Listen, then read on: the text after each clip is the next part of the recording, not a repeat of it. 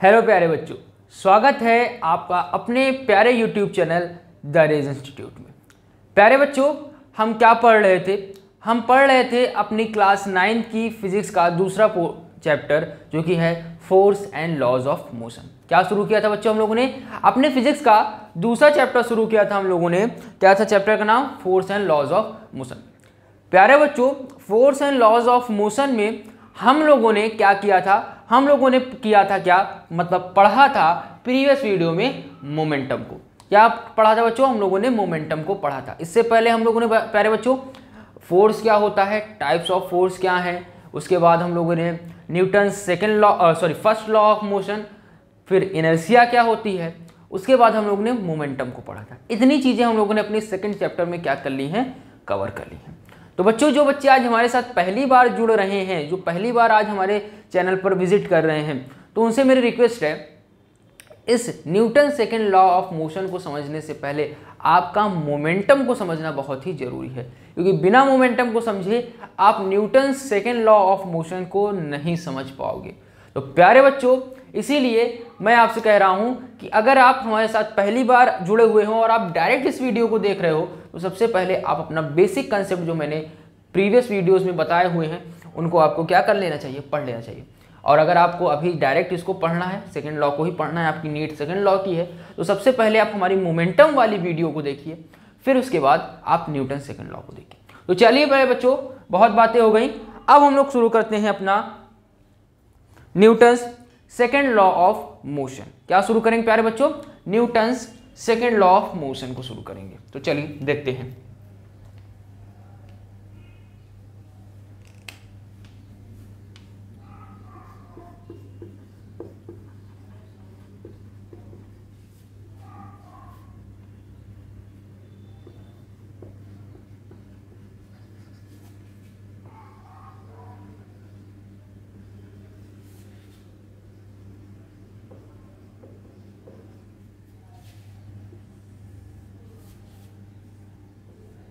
क्या है हमारा बच्चों आज का टॉपिक? आज का हमारा टॉपिक है Newton's second law of motion.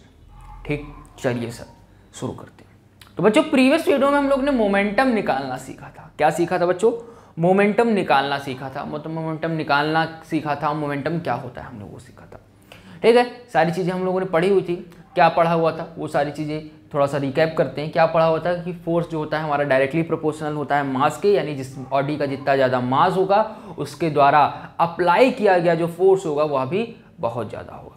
दूसरी चीज़ हम लोगों ने क्या पढ़ी थी? दूसरी चीज़ पढ़ी थी कि अगर हमारे ऑब्जेक्ट की वेलोसिटी ज़्यादा है, ठीक है, यानी अगर तो इसका मतलब क्या है कि हमने उस पर फोर्स ज़्यादा अप्लाई किया, यानी फोर्स भी ज़्यादा होगा।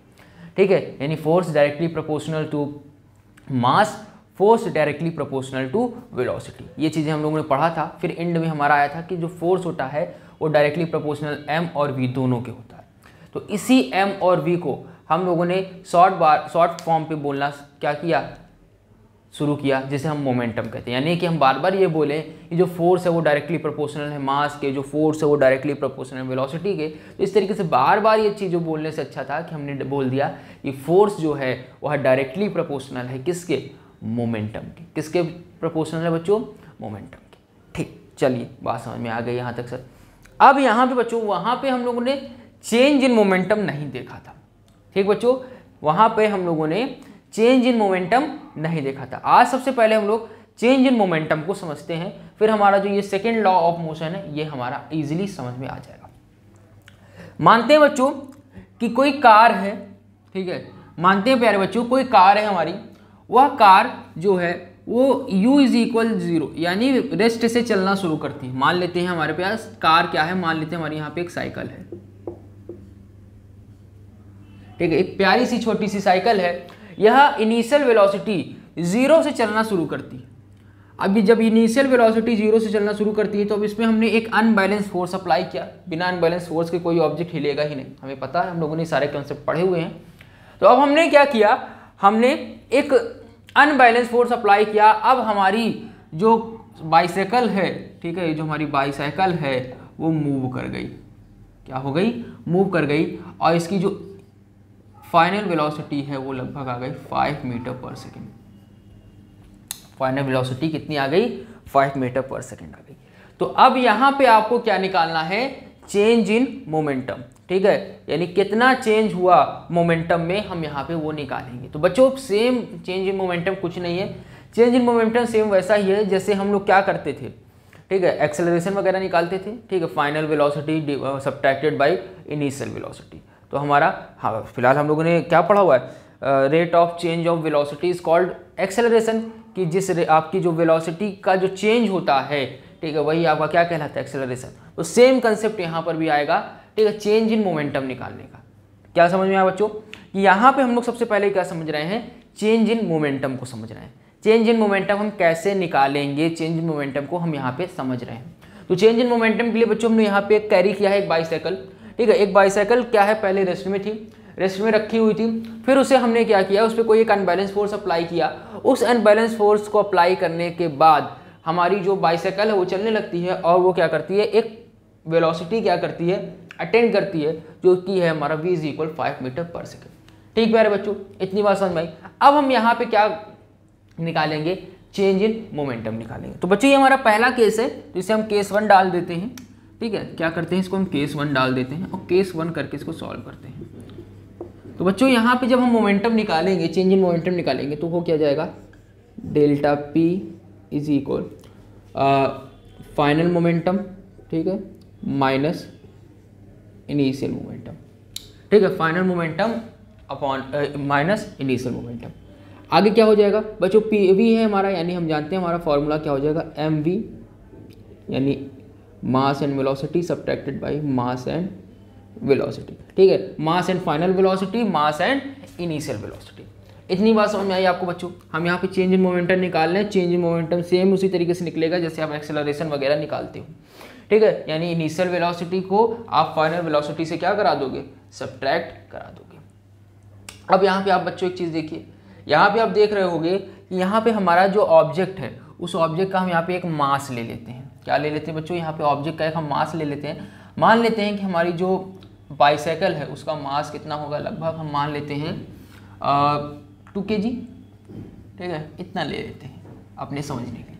यहाँ पे हमने बच्चों ले लिया हमारी जो बाईसाइकिल है उसका जो मास है वो कितना है, 2 kg है।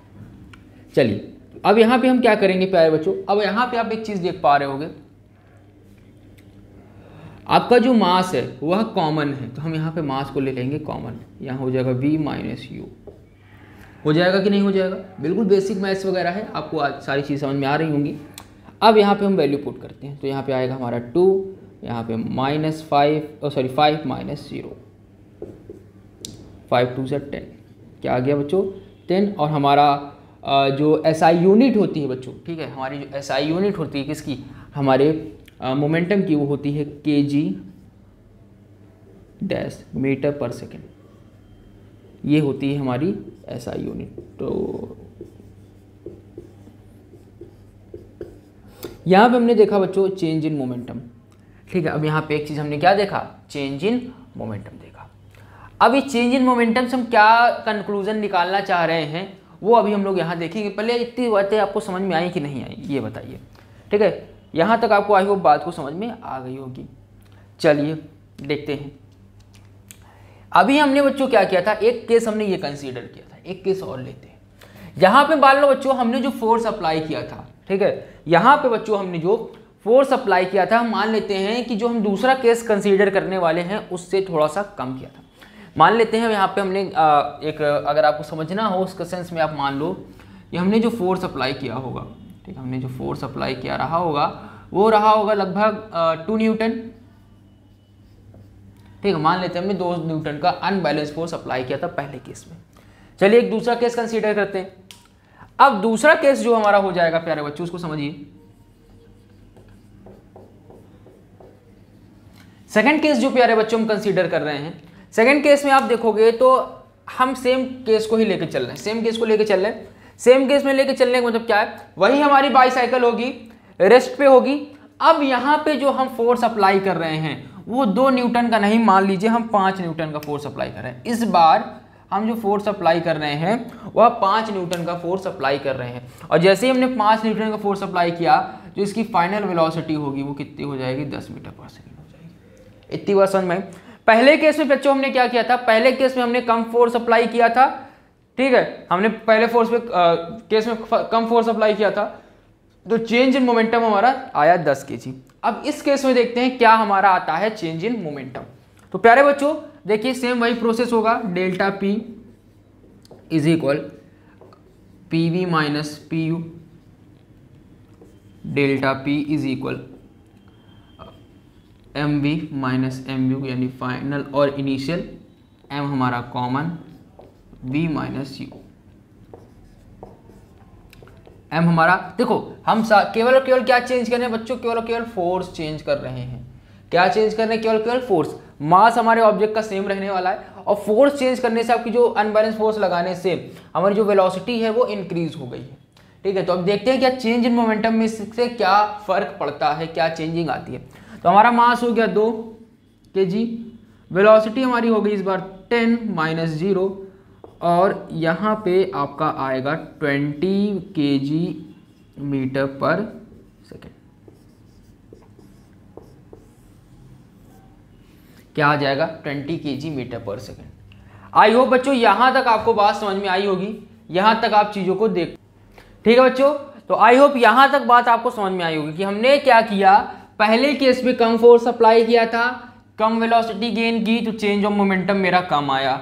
जब हमने ज़्यादा फोर्स अप्लाई किया, ठीक है, तो हमारी वेलोसिटी ज़्यादा हो गई और चेंज इन मोमेंटम हमारा क्या हो गया, ज़्यादा हो गया। तो यहाँ से हम लोग क्या कंक्लूजन निकाल सकते हैं प्यारे बच्चों, यहाँ से हम ये कंक्लूजन निकाल सकते हैं कि जितना ज़्यादा हम फोर्स अप्लाई करेंगे, ठीक है, यहाँ से हम क्या कंक्लूजन निकाल सकते हैं कि जितना ज़्यादा हम फोर्स अप्लाई करेंगे उतना ही ज़्यादा हमारा क्या होगा, चेंज ऑफ मोमेंटम होगा। जब यहाँ पे हमने 2 न्यूटन का फोर्स अप्लाई किया था, जब यहाँ पे हमने क्या किया था बच्चों, 2 न्यूटन का फोर्स अप्लाई किया था, तो क्या हो रहा था हमारा 10 kg जो चेंज इन मोमेंटम आ रहा था वो 10 kg मीटर पर सेकेंड आ रहा था। वहीं जब हमने 5 न्यूटन का फोर्स अप्लाई किया, ठीक है, अपने सुविधा के लिए हमने यहाँ पे ले लिया है कि हमने इतना फोर्स अप्लाई किया, तो जैसे ही हमने अपनी फोर्स को बढ़ाया वैसे ही हमारी वेलोसिटी बढ़ गई और जब हमने चेंज इन मोमेंटम निकाला तो हमारा चेंज इन मोमेंटम भी क्या आ रहा है, ज़्यादा आ रहा है, ठीक है। क्या आ रहा है हमारा change in momentum,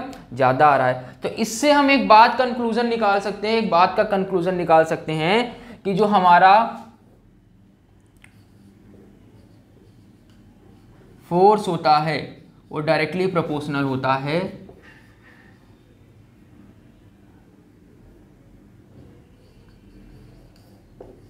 change of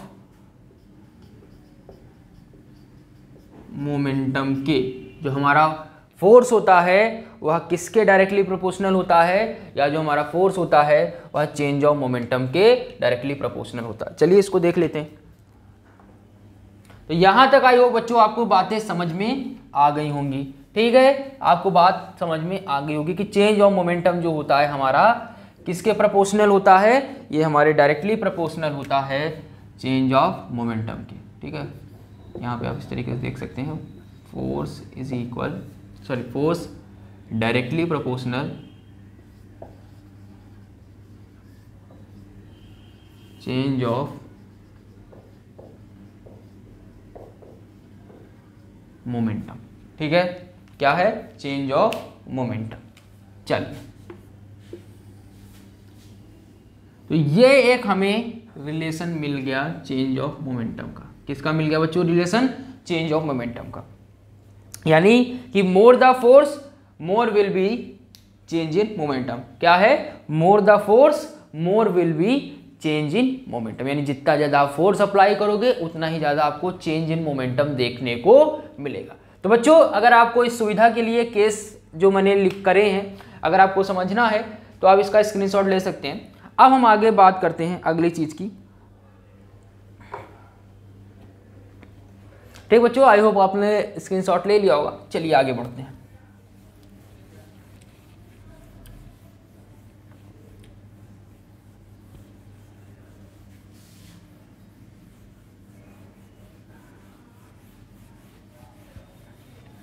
और यह जो अभी हमने रिलेशन निकाला है, इस रिलेशन को हम लोग यहीं पे कहीं पर अपने बॉक्स में कैद करके रख लेते हैं। क्या निकाला है, F directly proportional change in momentum यानी डेल्टा पी। ठीक है, इसे अभी हम लोग यहाँ पे सेपरेट रख करके चलते हैं।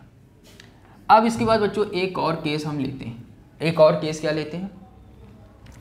एक और केस ये लेते हैं कि बच्चों आपके एनसीईआरटी में ही एग्जाम्पल दिया गया है। ठीक है, एग्जाम्पल में क्या दिया गया है आप लोग देखोगे एनसीईआरटी में, तो एक आपका क्रिकेटर है, ठीक है, जो फील्डिंग कर रहे हैं, और वो फील्डिंग करने के लिए क्या कर रहे हैं, बॉल को कैच करने के लिए बॉल के हाथ को पीछे लेकर के आ रहा है, हाथ को पीछे लेकर के आ रहा है। क्या लेकर के आ रहा है? अपने हाथ को पीछे की तरफ लेकर के आ रहा है।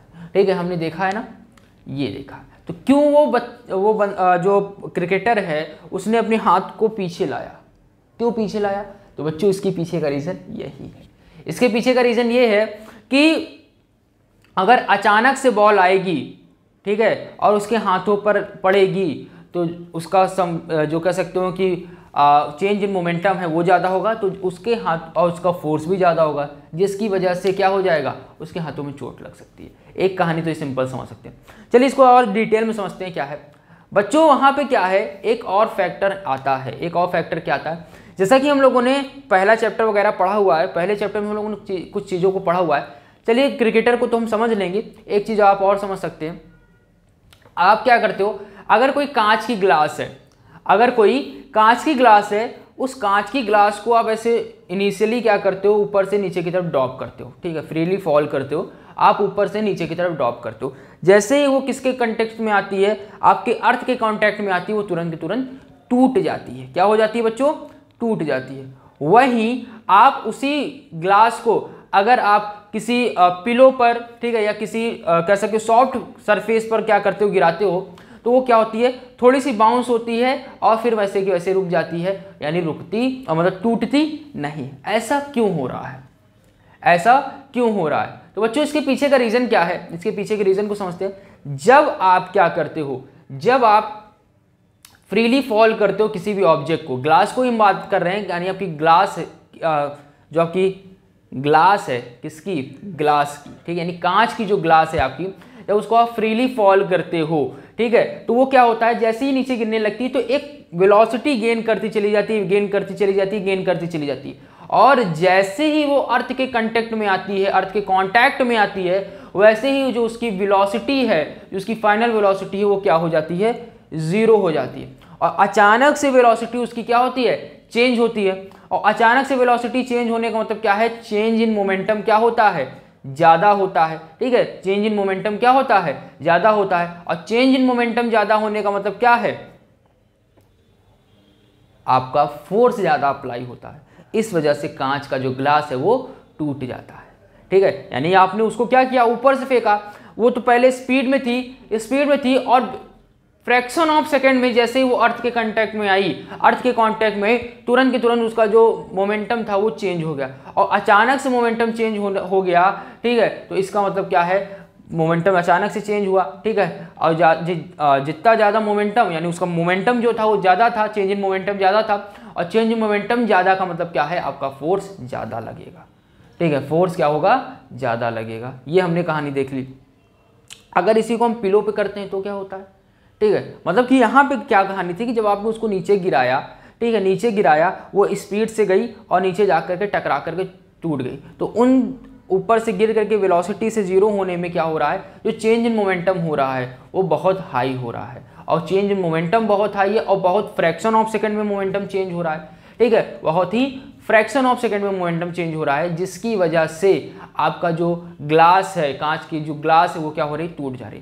इसी को अगर हम पिलो पर गिराते हैं, ठीक, इसी ग्लास को अगर हम पिलो पर गिराते हैं, तो पिलो पर गिराने के बाद, गिराते ही जैसे ही वो ग्लास हमारे पिलो पर गिरती है तो पिलो उसको क्या करती है, बाउंस करती है, फिर उसको रोक देती है और आपका ग्लास जो होता है वो टूटता नहीं है। यानी यहाँ पे क्या हो रहा है बच्चों, जब यहाँ पे जब आपने क्या किया, ग्लास को ड्रॉप किया, फ्रीली ड्रॉप किया, ग्लास आकर के पिलो पर गिरी, पिलो पे गिरते ही वो क्या हुई, बाउंस हुई, पिलो पे गिरते हुई क्या हुई, बाउंस हुई। इसका मतलब क्या है कि आपका जो चेंज इन मोमेंटम है वो बहुत तेजी से नहीं हुआ, यानी उसने क्या किया, थोड़ा सा टाइम लिया मोमेंटम को कम करने का। ठीक है, थोड़ा सा उसने क्या लिया, टाइम लिया मोमेंटम को कम करने का। इसीलिए जब मोमेंटम कम हो गया, ठीक है, तो आपका फोर्स भी कम हो गया, और फोर्स जब कम हो गया तो आपकी ग्लास नहीं टूटी और उसमें लगा उसको थोड़ा सा ज़्यादा टाइम, क्योंकि बाउंस हुई तब क्या हुई, रुकी, और वो क्या हुई, डायरेक्ट कांटेक्ट में तुरंत टूट गई, क्योंकि वहां पे टाइम फ्रैक्शन ऑफ सेकंड में मोमेंटम चेंज हो गया था। Momentum change, high momentum high force, यहाँ पर थोड़ा सा टाइम लग रहा है मोमेंटम के चेंज में, इसी वजह से मोमेंटम कम तो आपका फोर्स भी कम, क्योंकि डायरेक्टली प्रोपोर्शनल होता है फोर्स के। तो यहाँ पे बच्चों इस बात से हम एक कंक्लूजन निकाल सकते हैं, कंक्लूजन ये निकाल सकते हैं कि जो आपका फोर्स होता है, क्या होता है बच्चों, जो हमारा फोर्स होता है वो इन्वर्सली प्रोपोर्शनल होता है टाइम के।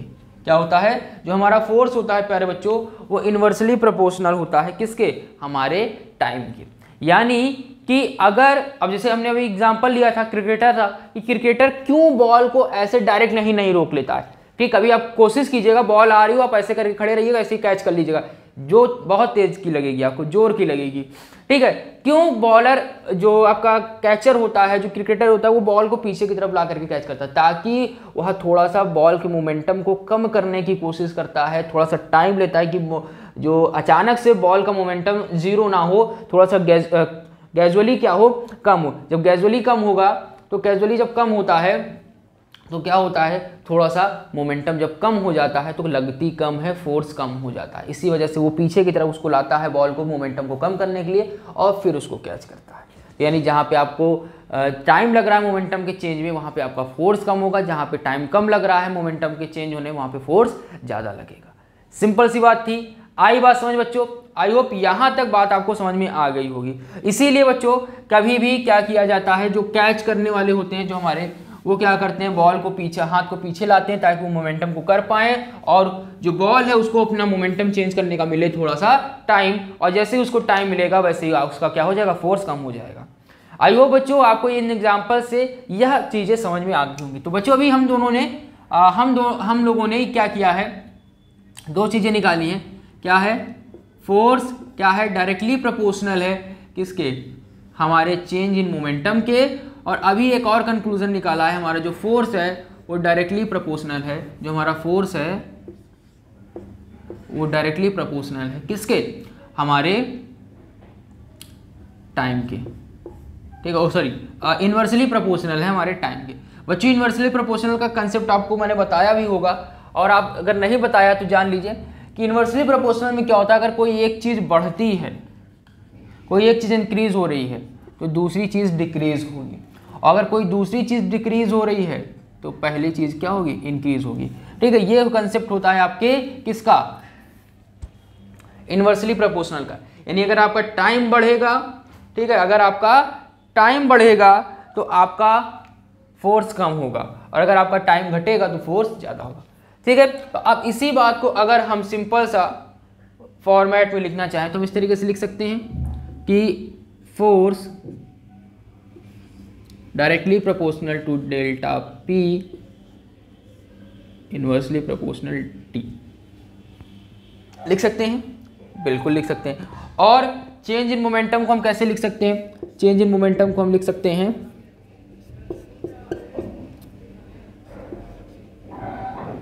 mv minus mu divide by T लिख सकते हैं।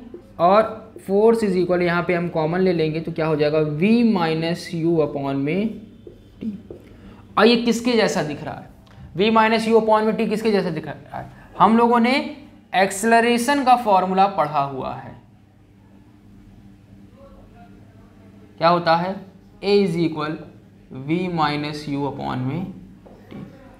हमने एक्सेलरेशन का फॉर्मूला पढ़ा हुआ है, क्या होता है, v माइनस यू अपॉन में टी। तो आपको ये उसी की जैसा नहीं दिख रहा है, तो हम इसकी जगह क्या लिख सकते हैं, उसकी जगह हम लिख सकते हैं f is equal m into A.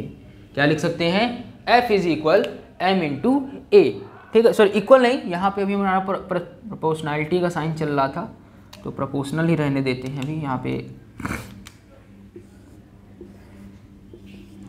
ठीक है, यहाँ पे हमने यहाँ पे आधी काम कर लिया है। अब बचा क्या बच्चों, अब ये प्रोपोर्शनल का साइन हमें हटाना पड़ेगा। ठीक है, तो जब ये प्रोपोर्शनल का साइन हम हटाते हैं तो एक कांस्टेंट आता है, हमारा प्रोपोर्शनैलिटी कांस्टेंट आता है, जो कि आएगा हमारा f इज इक्वल के एम ए। क्या आएगा, के एम ए आएगा। और ये क्या है, हमारा एक प्रोपोर्शन है। ठीक है, अब ये जो होता है इसकी एसआई यूनिट में, ठीक है, ये जो आपका के दिख रहा है बच्चों, यह जो k है इसकी SI यूनिट में जो वैल्यू होती है k की वो होती है 1।